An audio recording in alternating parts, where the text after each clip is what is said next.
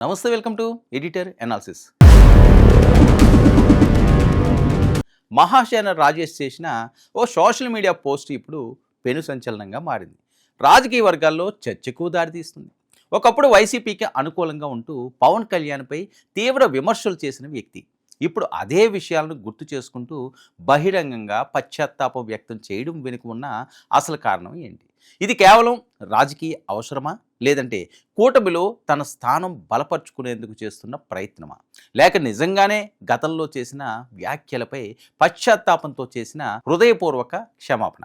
మరి ఈ ప్రశ్నల చుట్టూనే ఇప్పుడు రాజకీయ చర్చ మొదలైంది. అయితే మహాసేన రాజేష్ రాసిన మొత్తం పోస్టును పరిశీలిస్తే ఇందులో కేవలం పవన్ కళ్యాణ్కు క్షమాపణ చెప్పడం మాత్రమే కాకుండా తన రాజకీయ ప్రయాణాన్ని, గతంలో చేసిన వ్యాఖ్యలను, ప్రస్తుతం తన ఆలోచన విధానంలో వచ్చిన మార్పును ప్రజల ముందు ఉంచే ప్రయత్నం కనిపిస్తుంది. పవన్ కళ్యాణ్ గారు, నన్ను క్షమించండి సార్, నేను వైసీపీలో ఉన్నప్పుడు వైసీపీ వాళ్ళలాగానే మీపై దురుసుగా మాట్లాడాను. జగన్ కోసమే నేను అలా మాట్లాడినా ఇప్పుడు అదే వైసీపీ ఆ వీడియోలతో నన్ను బ్లాక్మెయిల్ చేస్తుంది. వాళ్ళు ఎన్నిసార్లు ఆ వీడియోలు బయటికి తీసుకువస్తే నేను అన్నిసార్లు మీకు క్షమాపణ చెప్పాలి అని నిర్ణయించుకున్నాను అంటూ ఫేస్బుక్లో మహాసేన రాజేష్ భావోద్వేగ పోస్టు వేశారు. మరి ఈ మాటలతో మహాసేన రాజేష్ తన గత రాజకీయ వ్యాఖ్యలను నేరుగా అంగీకరించారు. రాజకీయాల్లో ప్రత్యర్థి పార్టీపై విమర్శలు చేయడం సాధారణమే. ఒక పార్టీకి మద్దతుగా ఉన్న సమయంలో మరో పార్టీ నాయకుడిపై విమర్శలు చేయడం కూడా రాజకీయాల్లో కొత్త విషయం ఏమీ కాదు. కానీ రాజకీయ ప్రత్యర్థులపై విమర్శలు చేసే క్రమంలో వ్యక్తిగత దూషణలకు వెళ్ళడం, దురుసుగా మాట్లాడడం మాత్రం కరెక్ట్ కాదు. ఇప్పుడు రాజేష్ తన గత వ్యాఖ్యల విషయంలో అదే విషయాన్ని అంగీకరిస్తున్నారు. అయితే రాజేష్ చేసిన పోస్టులో అత్యంత కీలకమైన అంశం గతంలో చేసిన వ్యాఖ్యల వీడియోలను ఇప్పుడు తనపై రాజకీయంగా ఉపయోగిస్తున్నారని ఆయన ఆరోపించడం. ఇక్కడ ఒక ఆసక్తికరమైన రాజకీయ అంశం అయితే కనిపిస్తుంది.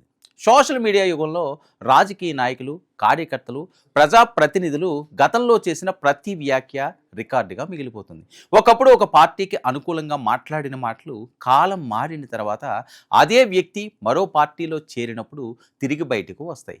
ఒకప్పుడు చేసిన విమర్శలు భవిష్యత్తులో రాజకీయ ఆయుధాలుగా మారతాయి.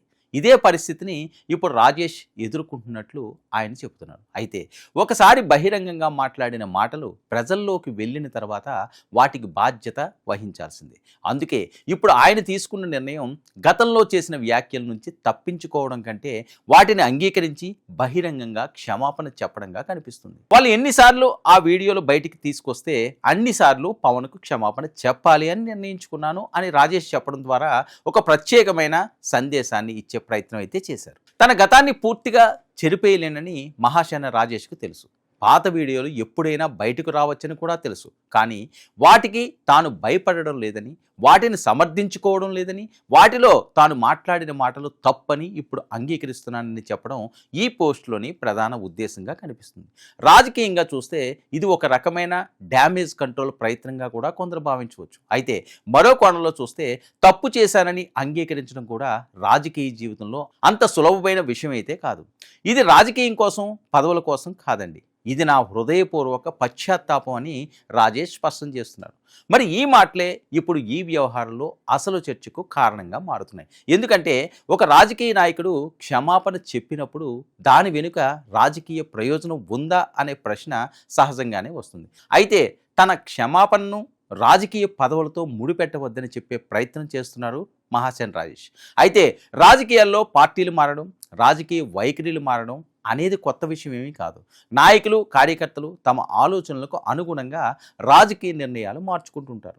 ప్రజాస్వామ్యంలో అది వారి హక్కు కూడా. కానీ పార్టీ మారిన తర్వాత గతంలో చేసిన వ్యాఖ్యల విషయంలో స్పష్టత ఇవ్వడం మాత్రం చాలా అరుదుగా కనిపిస్తుంది.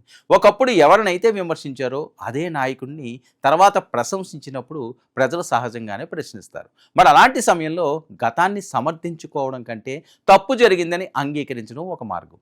ఇప్పుడు మహాసేన రాజేష్ అదే మార్గాన్ని ఎంచుకున్నట్లు కనిపిస్తుంది. 2019కు ముందు మీపై మాట్లాడిన వీడియోలు ఇప్పుడు చూసినప్పుడు నేను చాలా సిగ్గుపడుతున్నాను సార్ అని ఆయన చెప్పడం కూడా ఈ పోస్టులో కీలకమైన భాగం. ఇది కేవలం క్షమాపణ కాదు, గతంలో తాను మాట్లాడిన మాటలపై ఇప్పుడు తనకే అసహనం కలుగుతుందని చెప్పడం. ఒక వ్యక్తి తన గత రాజకీయ వ్యాఖ్యలను తిరిగి చూసుకుని వాటిపై పశ్చాత్తాపం వ్యక్తం చేయడం రాజకీయంగా కూడా ఒక ఆసక్తికరమైన పరిణామం. ఎందుకంటే రాజకీయాల్లో మనం చెప్పిన ప్రతి మాటను జీవితాంతం సమర్థించుకోవాల్సిన అవసరం లేదు. కాలంతో పాటు అభిప్రాయాలు మారవచ్చు, కానీ ఆ మార్పును ప్రజల ముందు అంగీకరించే ధైర్యం ఉండాలి. రాజేష్ పోస్టులో కనిపిస్తున్న ప్రధాన అంశం ఇదే. గతాన్ని మార్చలేను, భవిష్యత్తులో నేను మీతో విభేదించను అని చెప్పలేను, కానీ అలాంటి దురుసు మాటలు మాత్రం నా జీవితంలో మాట్లాడను అని ఖచ్చితంగా చెప్పగలను సార్ అని రాజేష్ చెప్పడం ద్వారా మరో ముఖ్యమైన రాజకీయ సూత్రాన్ని ప్రస్తావించారు. ఒక నాయకుడిని గౌరవించడం అంటే అతనితో ఎప్పుడూ ఏకీభవించాల్సిన అవసరం లేదు.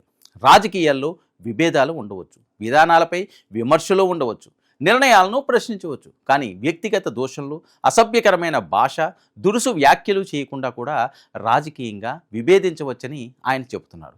ఇది రాజకీయ సంస్కృతికి సంబంధించిన ముఖ్యమైన అంశం. ఒక నాయకుడి విధానాన్ని విమర్శించడం వేరు, ఆ నాయకుడి వ్యక్తిత్వాన్ని అవమానించడం వేరు.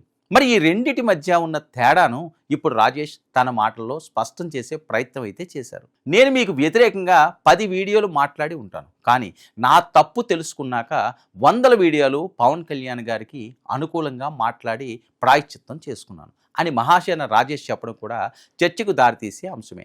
గతంలో చేసిన తప్పును తర్వాత అనుకూలంగా మాట్లాడడం ద్వారా పూర్తిగా సరిచేయగలమా అనే ప్రశ్న కూడా ఇక్కడ వస్తుంది. వాస్తవానికి ఒకసారి మాట్లాడిన మాటలు తిరిగి వెనక్కి వెళ్ళవు, కానీ ఆ తప్పును అంగీకరించడం, భవిష్యత్తులో పునరావృతం చేయకపోవడం, అవసరమైతే క్షమాపణ చెప్పడం మాత్రం సాధ్యమే.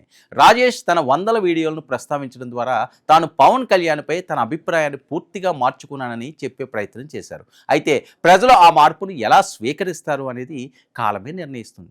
మరి ఈ పోస్టులో మరో కీలకమైన అంశం 2018లో తాను చేసిన హిందూ మతం అగ్రకులం గురించి చేసిన వ్యాఖ్యలపై రాజేష్ వ్యక్తం చేసిన పశ్చాత్తాపం. ఏ కులం మతంలోనూ అందరూ మంచివాళ్ళు కానీ చెడ్డవాళ్ళు కానీ ఉండరని ఇప్పుడు తెలుసుకున్నానని ఆయన పేర్కొన్నారు. మరి ఈ మాటలు కేవలం వ్యక్తిగత క్షమాపణ పరిధిని దాటి సామాజిక అంశంగా మారుతున్నాయి. కులం, మతం ఆధారంగా ఒక సమూహాన్ని మొత్తం ఒకే విధంగా చూడడం ఎంత ప్రమాదకరమో రాజకీయాల్లో ఉన్నవారు తమ వ్యాఖ్యల విషయంలో ఎంత బాధ్యతగా ఉండాలో ఈ అంశం గుర్తు చేస్తుంది. ఒక వ్యక్తి చేసిన తప్పును మొత్తం మతానికి, మొత్తం కులానికి ఆపాదించడం సరైనది కాదు. అదేవిధంగా ఒక వ్యక్తి మంచితనాన్ని మొత్తం సమాజానికి ఆపాదించడం కూడా సరైనది కాదు. వ్యక్తిని వ్యక్తిగానే చూడాలి. ఈ అవగాహన తనలో వచ్చిందని రాజేష్ ఇప్పుడు చెబుతున్నారు. ఇక్కడే మహాసేన రాజేష్ చేసిన బహిరంగ క్షమాపణకు మరో కోణం కనిపిస్తుంది. రాజకీయాల్లో మార్పు అంటే కేవలం పార్టీ మార్చడం కాదు, ఆలోచన విధానంలో మార్పు రావడం కూడా కావాలి. ఒక పార్టీ నుంచి మరో పార్టీలోకి వెళ్ళడం రాజకీయ మార్పు, కానీ గతంలో చేసిన తప్పులను అంగీకరించడం, తన మాటల వల్ల ఎవరైనా బాధపడి ఉంటే క్షమాపణ చెప్పడం, భవిష్యత్తులో అలాంటి వ్యాఖ్యలు చేయకూడదని నిర్ణయించుకోవడం వ్యక్తిగత మార్పు.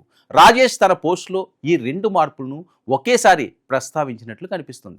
ఇక ఈ మొత్తం వ్యవహారంలో పవన్ కళ్యాణ్ స్పందన ఎలా ఉంటుందన్నది కూడా ఆసక్తికరంగా మారింది. ఎందుకంటే రాజేష్ తన పోస్టులో నేరుగా పవన్ను ఉద్దేశించి క్షమాపణ చెప్పారు. గతంలో చేసిన వ్యాఖ్యలను అంగీకరించారు. భవిష్యత్తులో దురుసు భాషను ఉపయోగించబోనని చెప్పారు.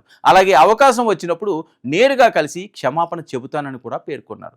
పవన్ కళ్యాణ్ రాజకీయ జీవితంలో కూడా తనను తీవ్రంగా విమర్శించిన వారితో తర్వాత రాజకీయంగా కలిసి పనిచేసిన సందర్భాలు ఉన్నాయి. కాబట్టి ఈ క్షమాపణను ఆయన ఎలా స్వీకరిస్తారు అనేది రాజకీయంగా ఆసక్తికరంగా మారే అవకాశం ఉంది. అయితే అసలు విషయం మాత్రం ఒకటే.